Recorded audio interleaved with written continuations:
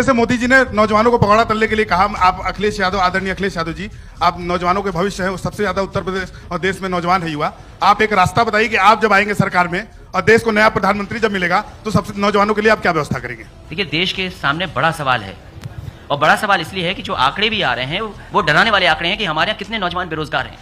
और अगर हम गांव की तस्वीर देखें तो 99% नौजवान के हाथ में काम नहीं है, उसके पास रोजगार नहीं है। ये किसी भी सरकार के लिए बहुत बड़ी चुनौती है। लेकिन अगर दुनिया में दूसरे मुल्कों ने अपनी अर्थव्यवस्था बेहतर कर करके नौकरी और रोजगार के अवसर पैदा किए, शायद जो एक सपना समाजवादियों ने उत्तर प्रदेश में देख करके बना करके दिखाया, शायद उस रास्ते पर चलें तो बहुत सारे नौजवानों को रोजगार और देश आगे बढ़ सकता है। मैं ये कहता हूं क्योंकि जब वाइस चांसलर ही आरएसएस वाले अपॉइंट हो जाएंगे तो 30 पॉइंट तो होना ही होना है आपका। उनसे बोलना क्या है आपको? जब मैंने शुरू में कह दिया कि जो शपथ दो लिए हैं वो संस्थाओं में बैठे हुए हैं, आप गिन लीजिए उठा करके। आप केवल वाइस चांसलर क्यों कहते हैं? गवर्नर लोग कहां के बैठे हुए हैं? हमारे गवर्नर साहब थे तो समाजवादी सरकार में जाग जाते थे, पिछले 2 साल से सो रहे हैं, पता ही नहीं जगह कि नहीं जगह।